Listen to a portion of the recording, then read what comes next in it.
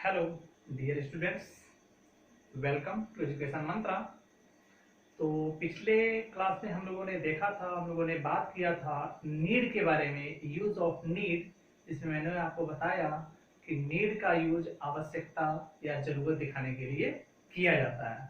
और आज हम लोग बात करने वाले हैं उसी मॉडल ऑक्सिलरी के बारे में, जो कि यहाँ लिखा हुआ है मॉडल ऑक्सिलरी पार्ट 6। और पार्ट 6 में हम लोग आज बात करने वाले हैं डेयर के बारे में। ओके, तो डेयर डेयर का मतलब मीनिंग देख लीजिए। डेयर का मतलब हिम्मत करना, साहस करना, साहस है, हिम्मत है या फिर चुनौती देना। ऐसे चीजों के लिए हम लोग डेयर का यूज करते हैं।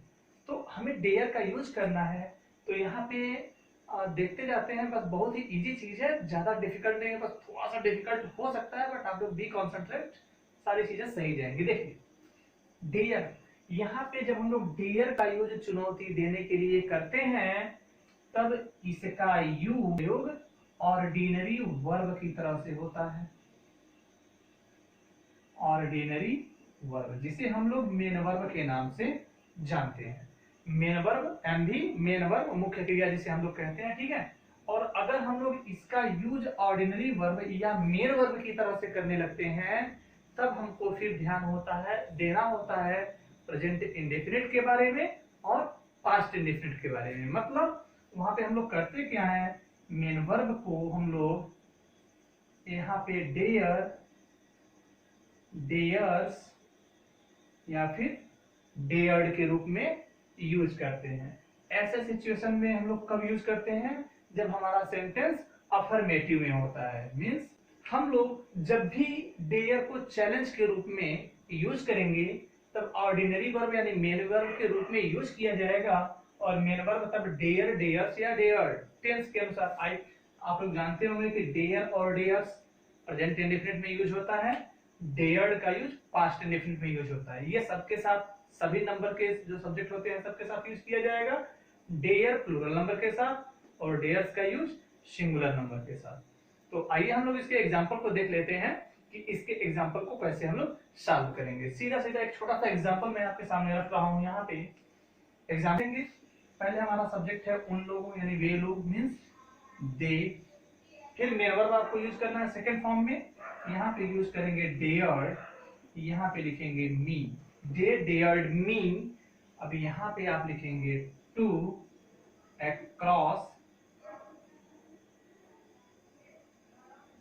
across the river। क्लियर है? इस तरह के। मान लीजिए अगला एग्जांपल है,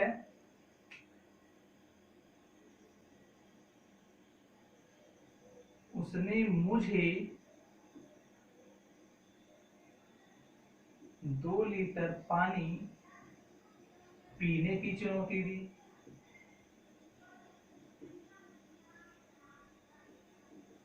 ठीक है, सीधा एग्जांपल है।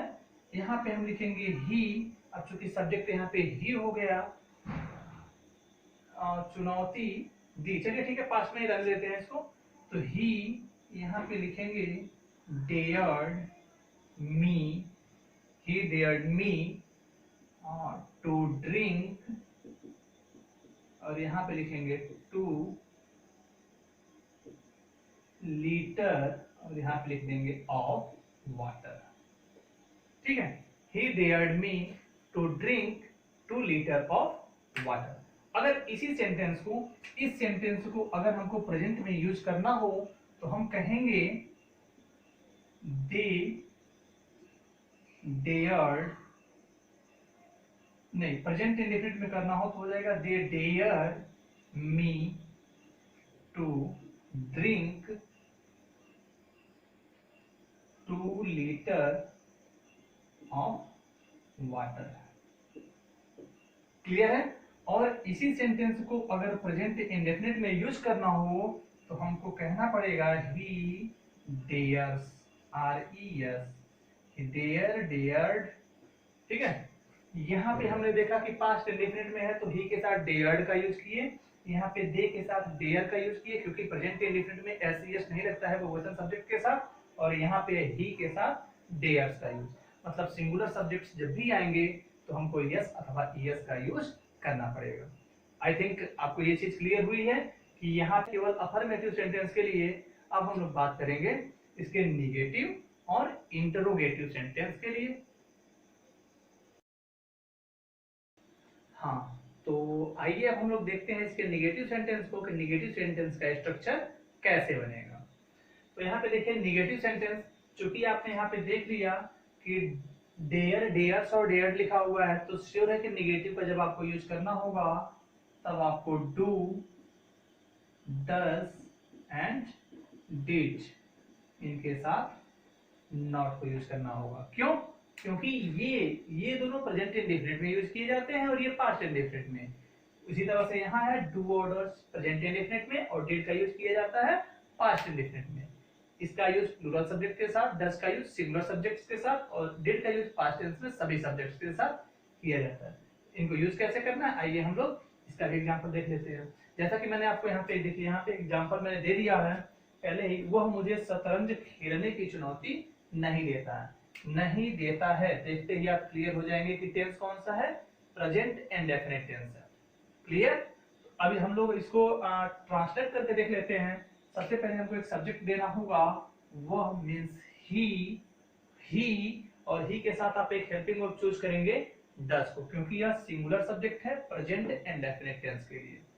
यानी ये हो जाएगा ही डज नॉट, मेन वर्ब होगा डेयर, क्योंकि डेयर को हम लोग किस रूप में यहाँ पे बता दिए हैं, डेयर का यूज चुनौती देने के रूप में जब भी किया जाएगा तो यह काम कौन सा करेगा, मेन वर्ब का। तो he does not dare me to play, और यहाँ पे लिख देंगे चेस। आई थिंक क्लियर है ये, कोई डाउट तो है नहीं। एक दूसरा भी एग्जांपल हम लोग देख लेते हैं।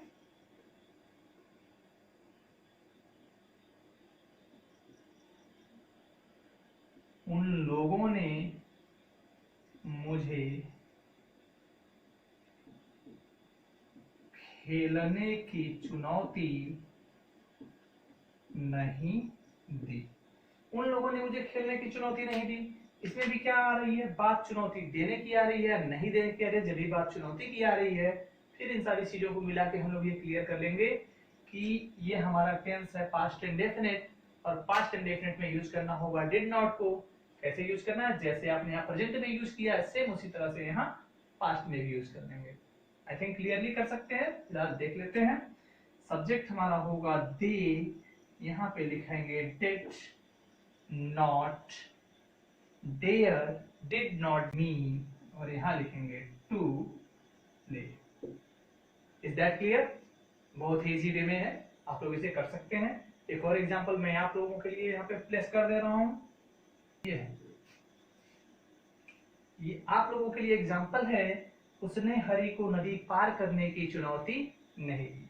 आई थिंक आप लोग बहुत ही आसानी से इसे कर सकते हैं। सारा पैटर्न आपके सामने है, बड़े ही इजी वे में आप इसको सॉल्व कर सकते हैं। तो ये हो गया बात निगेटिव सेंटेंस का। अब हम लोग बात करेंगे इंट्रोगेटिव सेंटेंस की। हम लोग अब इसके इंट्रोगेटिव सेंटेंस को भी देख लेते हैं कि इंट्रोगेटिव सेंटेंस के सेंटेंस को हम लोग कैसे क्लियर करेंगे। ठीक है, तो हम लोग अभी इसी को लेकर चलते हैं। इंट्रोगेटिव सेंटेंस में भी हमको डू, डज और डिड का यूज करना पड़ेगा जैसा हमारा सेंटेंस आएगा। तो हम लोग एग्जाम्पल देख लेते हैं। क्या उसने तुम्हें दौड़ने की चुनौती दी? ठीक है, तो देख लेते हैं कैसे। यहाँ पे चूंकि क्या से शुरू हुआ है, लास्ट में लगा है क्वेश्चन मार्क, दी लिखा हुआ है, चुनौती दी मतलब पास्ट की बात हो रही है। तो क्या के लिए हम जो हेल्पिंग वर्ब यूज करने वाले हैं वह पास्ट टेंस का होना चाहिए। मतलब हम लिखेंगे डिड, सब्जेक्ट होगा ही, मेन वर्ब होगा डेयर, यहाँ पे ऑब्जेक्ट आएगा यू, और यहाँ पे लिखेंगे टू, रन और question mark. I think clear है। पैटर्न आप देख रहे हैं, helping verb, subject, main verb, object, ये भी ऑब्जेक्ट या फिर कॉम्प्लीमेंट कह लीजिए, दोनों में से कोई भी ये आप कह सकते हो यहाँ पे। क्लियर है? तो इस तरह के एक दो एग्जांपल और भी हम लोग देख लेते हैं ताकि आसानी हम लोगों के लिए बनी रहे। क्या वह तुम्हें पढ़ने की चुनौती देता है? ठीक है, फिर यह सेंटेंस हमारा शुरू हुआ है क्या से, और जैसे ही सेंटेंस हमारा क्या से शुरू होता है सबसे पहले हमको यूज करना होता है हेल्पिंग वर्ब। मीन्स यहाँ पे हम लिखेंगे, टेंस को देख के पहचान लीजिए आप लोग कौन सा टेंस है, प्रेजेंट इंडेफिनिट का सेंटेंस है। यूज करिए, सब्जेक्ट है आपका वह, मतलब हमें यूज करना पड़ेगा does. Does he dare you to read. सारी चीजों को क्लियर कर सकते हैं। हेल्पिंग वर्ब है, सब्जेक्ट है, मेन वर्ब है, ऑब्जेक्ट है, इसे ऑब्जेक्ट या कॉम्प्लीमेंट आप कर सकते हैं।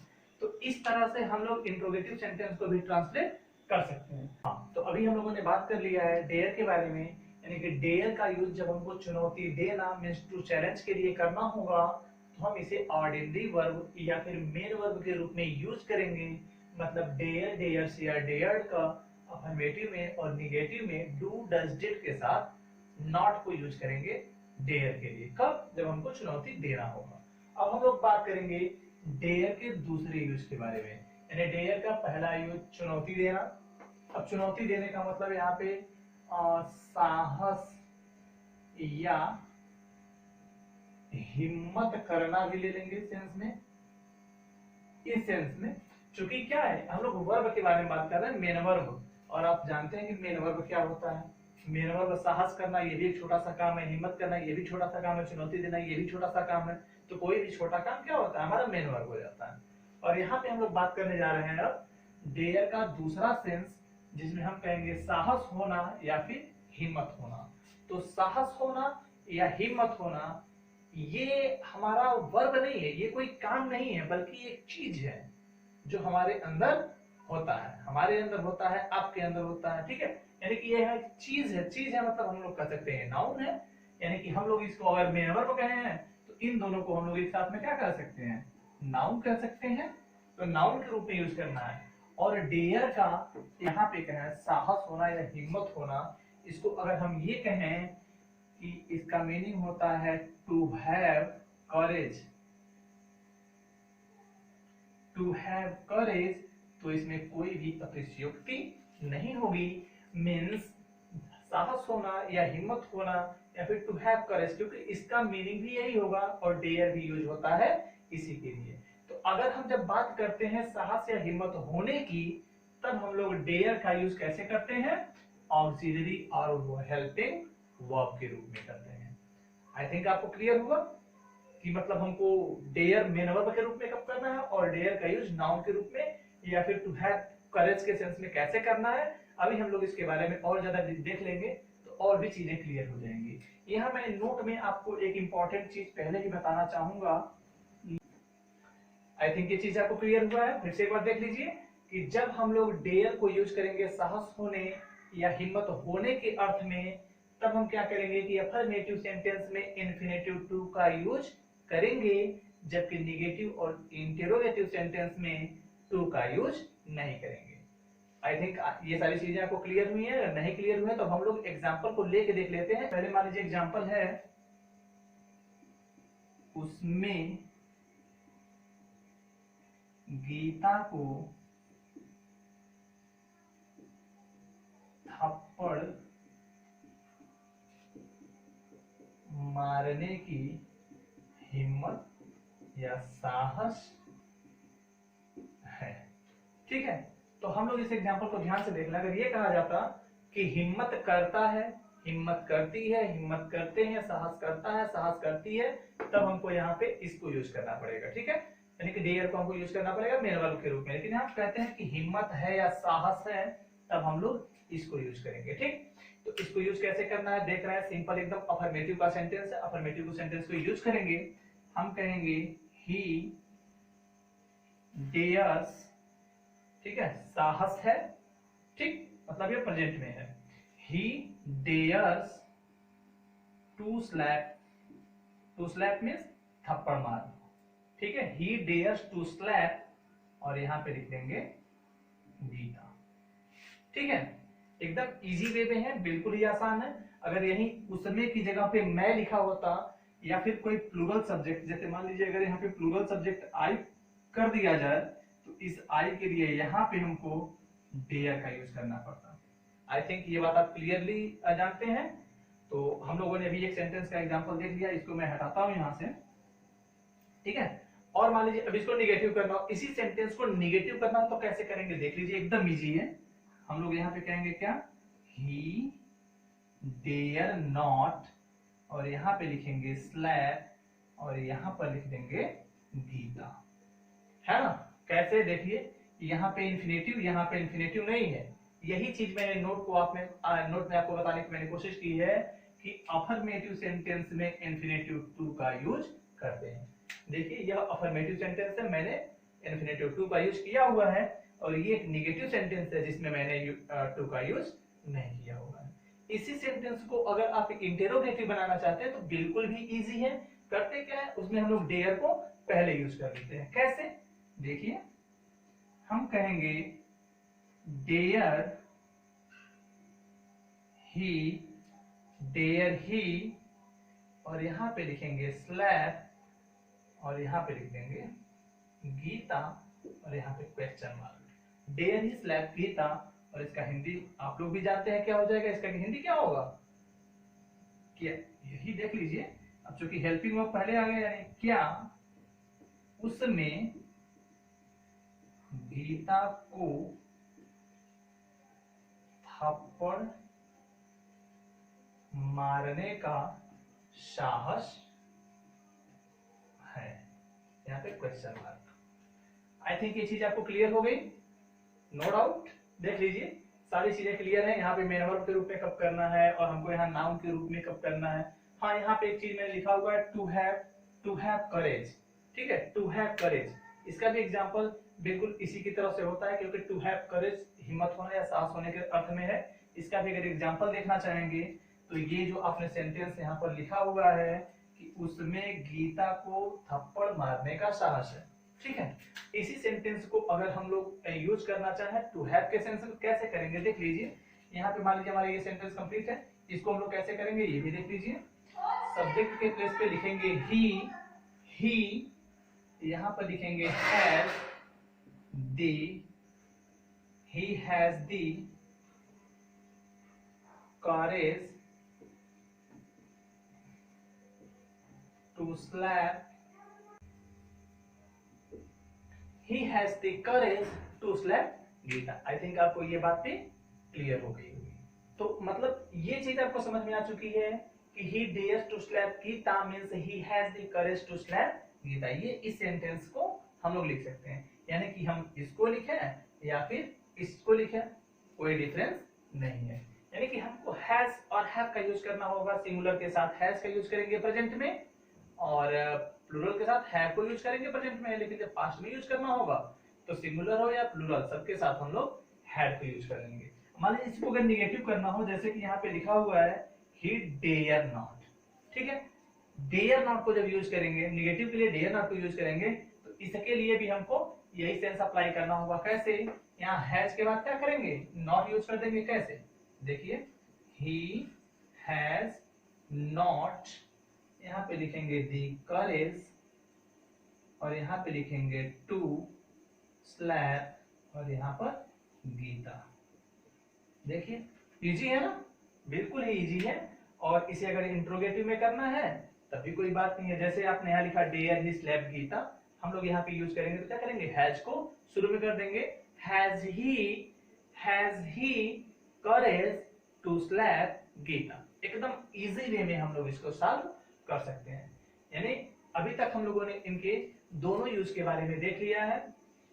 तो आई थिंक आपको सारी बातें समझ में आ गई हैं। तो एक बार बस 2 मिनट में मैं आपको सारी चीजों को रिकवर करा दे रहा हूँ, एक बार फिर से मैं रिविजन करा दे रहा हूँ, आप लोग देख लीजिए। जब डेयर को हम यूज करते हैं साहस या हिम्मत करने के लिए अथवा चुनौती देने के लिए, मीन्स टू चैलेंज, तब हम लोग डेयर को यूज करते हैं ऑर्डिनरी वर्ब के रूप में, मतलब मेन वर्ब के रूप में, जहां पर हम डेयर, डेयर्स या डेयर्ड का यूज करेंगे। ये दोनों प्रेजेंट के लिए, ये पास्ट के लिए। फिर इसमें अफर्मेटिव सेंटेंस में डेयर, डेयर, डेयर्ड का यूज किया गया। नेगेटिव सेंटेंस में डू, डज, डिड के साथ हम लोग नॉट को यूज कर लेंगे। तब इस तरह के सेंटेंस हमारे क्लियर हो जाएंगे, जैसा कि मैंने आपको पहले ही एग्जाम्पल में बता दिया है। दूसरी बात, डेयर को यूज जब हम लोग करेंगे साहस या हिम्मत होने के अर्थ में, मतलब टू हैव करेज तब हम लोग क्या करेंगे, इसको ऑक्सिलरी वर्ब या हेल्पिंग वर्ब के रूप में यूज करेंगे। और अफर्मेटिव सेंटेंस में हम लोग इन्फिनेटिव टू का यूज करते हैं, नेगेटिव सेंटेंस में टू का यूज नहीं करते हैं। और यहाँ पे एग्जांपल मैंने लिखा हुआ है he dares to slap Geeta, और यहाँ पे लिखा हुआ है he dare not slap Geeta, क्योंकि यहाँ पे इन्फिनेटिव का यूज करते हैं, यहाँ पे इन्फिनेटिव का यूज नहीं करते हैं। और टू हैव करेज के सेंस में जब बनाया गया तो यहाँ पे लिखा हुआ है he has the courage to slap Gita, और यहाँ पे he has not the courage to slap Geeta. I think ये सारी चीजें आपको अब क्लियर हो चुकी हैं। कभी कभी क्या होता है, स्पोकन में एक ऐसा सेंटेंस है जिसे लगभग यूज किया जाता है, कई बार यूज किया जाता है, अब केवल वही एक स्ट्रक्चर बाकी है, तो चलिए हम लोग उसको भी देख लेते हैं। किया जाता है how dare you to touch my book। ये एक इंट्रोगेटिव फॉर्मेट में है।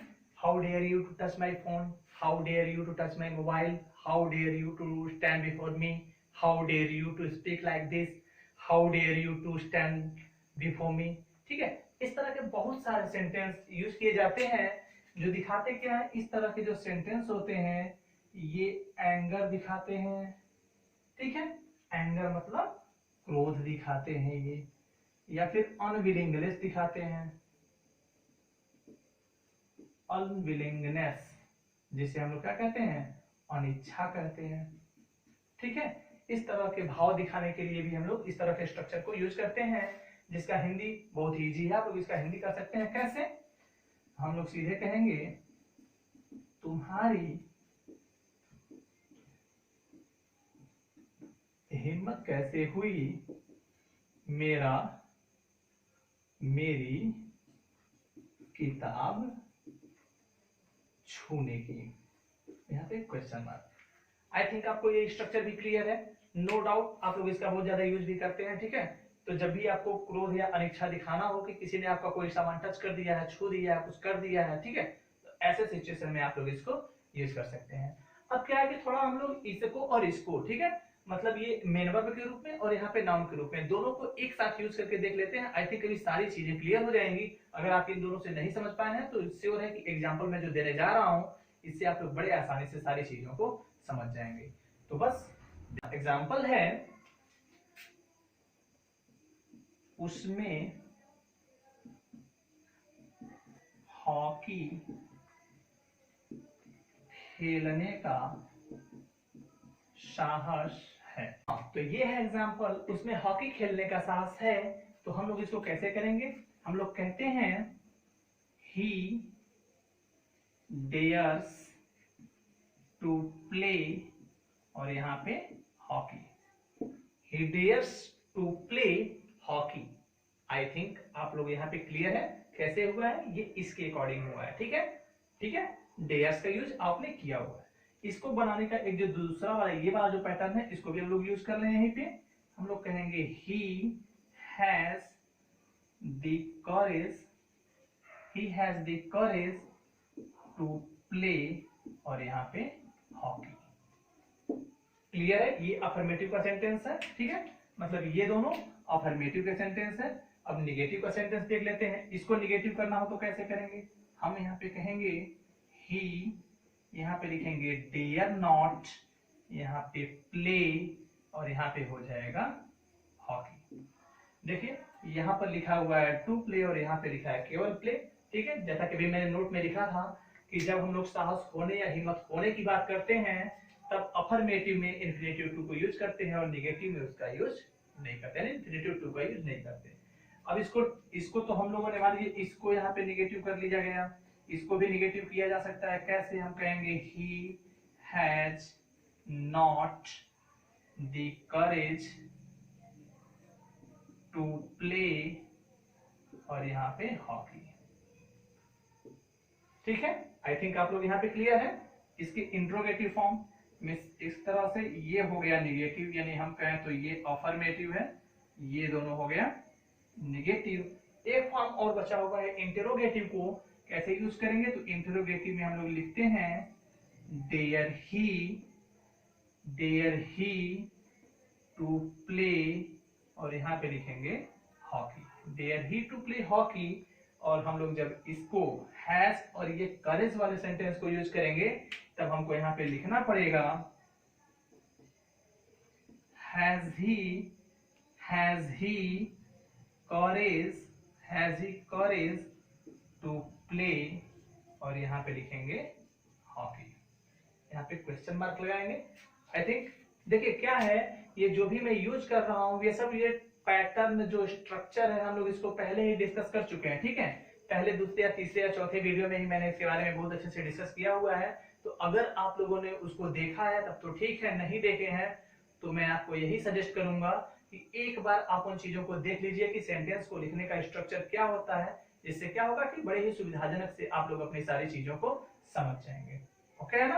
अब देखिए ये तो हो गया हिम्मत होने के सेंस में। अब हम लोग बात कर लेते हैं साहस या फिर चुनौती देने के सेंस में। एक ही सेंटेंस को हम लोग उसके अफर्मेटिव, नेगेटिव और इंट्रोगेटिव को पार्ट को देख लेंगे तो ये दोनों चीजें एक साथ आपको समझ में आ जाएंगी, ठीक है। मान लीजिए यहाँ पे एग्जाम्पल है, वह मुझे खेलने की, यहाँ पे है चुनौती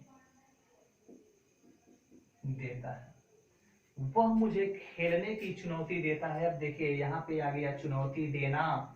चुनौती देने का मतलब एक छोटा सा काम है, आप भी जानते हो, ठीक है, आप भी जानते हो कि चुनौती कैसे दिया जाता है, नो डाउट। चलिए ट्रांसलेट करके देखते हैं। हम लोग कहते हैं he dares me to play, he dares me to play. I think आप लोग इसे सहमत है, क्लियर भी है, नो डाउट। निगेटिव में क्या करते हैं, देखिए यहाँ पे क्या करते हैं, निगेटिव में डू डज डिड का यूज कर लेते हैं, ठीक है। हम लोग सीधे यूज करेंगे he does not dare me to play. एकदम इजी वे में निगेटिव हो गया, निगेटिव में इसको यूज कर लिए, अफर्मेटिव में आपने यहाँ पे क्या किया, डेयर्स को यूज कर लिया। इंटरोगेटिव में क्या करेंगे, आप लिखेंगे does he dare me to play, question mark put कर देंगे, क्लियर है। तीसरी बात, अगर मान लीजिए इसको निगेटिव करना हो तो हम क्या कहेंगे, इसको भी निगेटिव किया जा सकता है, does he not dare me to play, और यहाँ पे क्वेश्चन मार्क पुट कर देंगे, ठीक है। तो एक इसका स्क्रीनशॉट आप लोग ले सकते हो, एक बार इसको और इसको कंपेयर करके देख लेना कि यहाँ पे हिंदी में ये जो सेंटेंस लिखा है क्या है और यहाँ पे क्या लिखा हुआ है। तो आई थिंक एक बार जब आप इसको सोचेंगे, थिंक करेंगे अच्छे से, तो सारी चीजें आपको बड़े ही अच्छे से समझ में आ जाएंगी। आई थिंक आप लोग सारी चीजों को समझ भी चुके हैं और ये जो चीज यहाँ पे पड़ी हुई है इसे भी आप लोग समझ रहे हो। तो अब क्या है कि सेम चीज, सेम पैटर्न यहाँ पे आप लोगों ने देख लिया है कि हम लोग डेयर को यूज कैसे करते हैं, और आप लोग डेयर का यूज करना अब अच्छे से जान चुके हो। तो मैं क्या कर रहा हूँ, इस वीडियो के लास्ट में मैं फिर आपको कुछ होमवर्क, कुछ एक्सरसाइज प्रोवाइड कर दे रहा हूँ जिसे आप लोग सॉल्व करेंगे, और इस तरह के और भी सेंटेंसेस अगर आपको कहीं मिल जाते हैं तो आप उनको भी बड़े ही आसानी से सॉल्व कर सकते हैं और करने की आप लोग कोशिश भी करोगे। तो ये अभी हम लोग पढ़े हैं, जो ये हम लोगों ने जो देखा है मॉडल ऑक्सिलरी का पार्ट 6 है ये, ठीक है। इसके बाद अभी एक और पार्ट में बनाऊंगा, क्योंकि मुझे लगता है कि अभी कुछ और भी चीजें बची हुई हैं जो 9th 10th के लिए तो नहीं। तो आई थिंक ये जो कुछ अभी ऐसे इंपॉर्टेंट टॉपिक बचे हुए हैं जो लगभग सभी क्लासेस के लिए इंपॉर्टेंट है, तो फिर उसके बारे में हम लोग बात करेंगे नेक्स्ट वीडियो में। तो बी कॉन्सेंट्रेट, बी रेडी, पढ़ते रहें, बढ़ते रहें, ठीक है। मैं हूं आपके साथ, तो फिर thank you for watching this video.